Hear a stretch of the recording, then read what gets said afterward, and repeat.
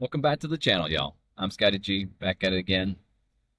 I have been around relationship groups and self-help, online things, and Reddit, Facebook groups for about 5 years now. And there's one thing that I see over and over: texting.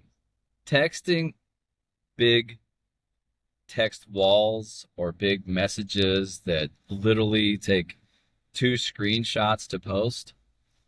That is not a healthy way to communicate in a relationship. All right. And I want to focus on that in this episode. Texting in a relationship is a problem. It's a major issue. I see it getting worse now that I've got teen children. They text everything, specifically when it comes to big conversations. We are not designed to communicate through text. As human beings, we're not designed to communicate that way. There are so many different nonverbal cues that you miss out on when you're texting or communicating through Snapchat or messaging apps. There's a lot that you miss on that, and it could potentially end a relationship if you're not careful.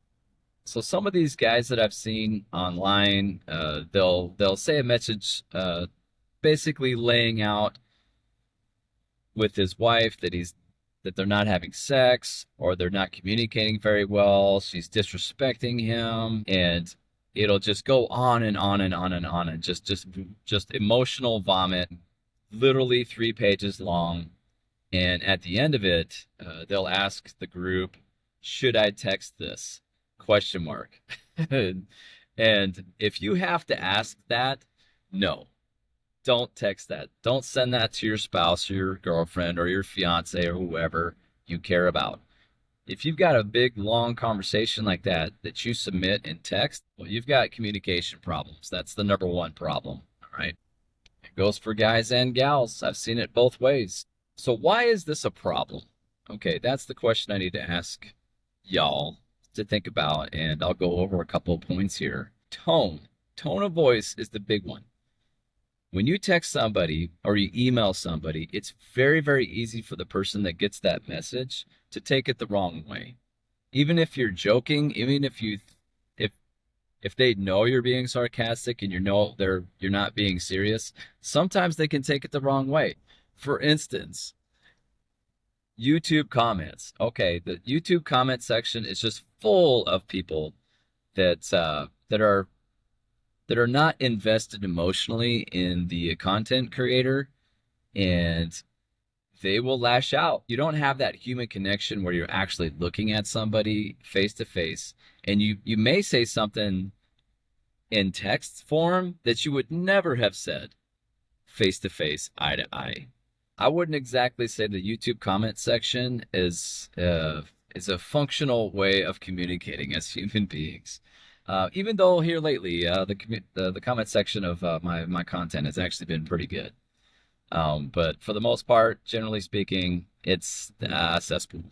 Not a great place to spend your time diving into the comment section of online material. So why am I talking about that?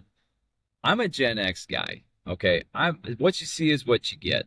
There's no fluff with me, and how we grew up as Gen Xers makes us a little unique. Okay, when we were growing up in the late 70s into the 80s and high school in the 90s, we did not have phones. We didn't have smartphones. Okay, we had phones that were corded, and you had to call a family member. Okay, so if you were dating somebody in the 90s, you had to find their number, or you got their number from that particular person. You would call them, and you would get their mom. Okay, you would get their dad or their brother. You would have to carry on a conversation so that that person can refer you to who you actually want to talk to. A lot of times you would rehearse what you were going to say in your head. It would make you nervous, and all was well. I mean, that's the way it was. Right now, you get their number, you text them directly, and some would call it more efficient, but you're going to lose a lot of emotion and a lot of feeling by just simply texting someone constantly. So if you are dating or you're serious, or even if you're married and this is kind of resonating, pick up the phone. Okay, so if a text conversation goes on, say for instance, hey babe, can you pick up milk on your way home? Okay, yes. Boom, done. All good. That's great. But when that conversation starts getting into heavy questions, what was this purchase? Where are we going tonight? Can you book vacation plans? Like anything that's gonna cause you to go back and forth for 15 minutes on a text conversation, just pick up the phone. Just pick up the phone. Hey babe, what do you need? You know? What do you need? It's much more efficient. It's way more meaningful. And that way they can hear your tone if you're being sarcastic or if you're being funny, as opposed to saying something stupid in a text form and then all of a sudden having to apologize for it. So much more effective way of communicating. I'm very to the point. Boom, what do you need? Here you go. Boom. All right. If it goes on for a long time, I'm going to call you. In text form, what you lose is the smile. You lose the eye contact. And on top of that, you are probably you're going to talk to somebody differently face to face as opposed to in text form. Okay. You're going to hold off on saying something stupid. You're going to think about it a little bit longer before you say it. And it's much more effective and a lot less volatile. So when it comes to really long conversations or something that you find yourself typing a lot with your thumbs, pick the phone up, call them. Hey, what do you need? Simple solution, simple suggestion that can really save you a lot of problems in a relationship. So if things are going back and forth, there's a lot of questions.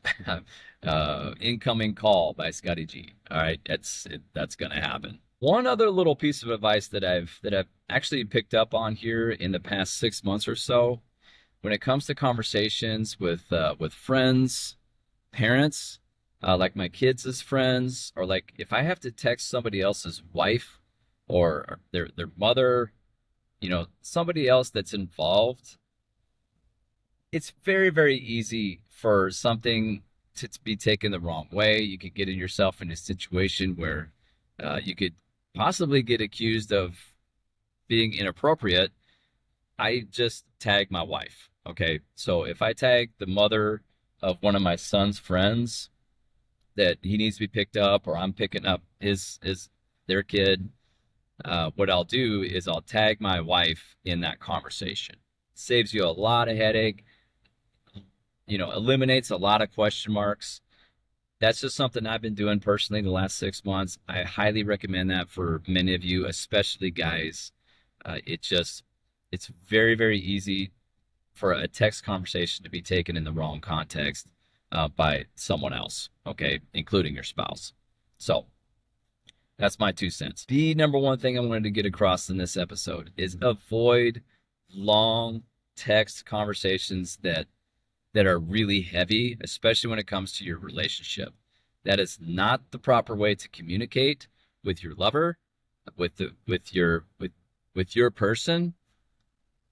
And speaking directly to the guys on this one, if you send something like that to your wife that's just anxiety filled, emotional vomit, one, your wife is going to be pretty upset about that because communication is a big deal to women. And two, she's not going to respect you as much had you actually had that conversation face to face. Okay. I don't even recommend a conversation like that over the phone. Wait till you get home. If something gets heated on a text conversation, say, babe, I'll be home in 2 hours. We'll talk then. Okay. Most likely she will respect that. And that goes for gals too, but really specifically guys, if you're delegating your conversation or your communication to a text form, that you're not going to elicit a lot of respect for that. Just saying. So if you like this content, please hit that subscribe button. I appreciate everybody that's done that. And until next time, be better than you were yesterday and be desirable.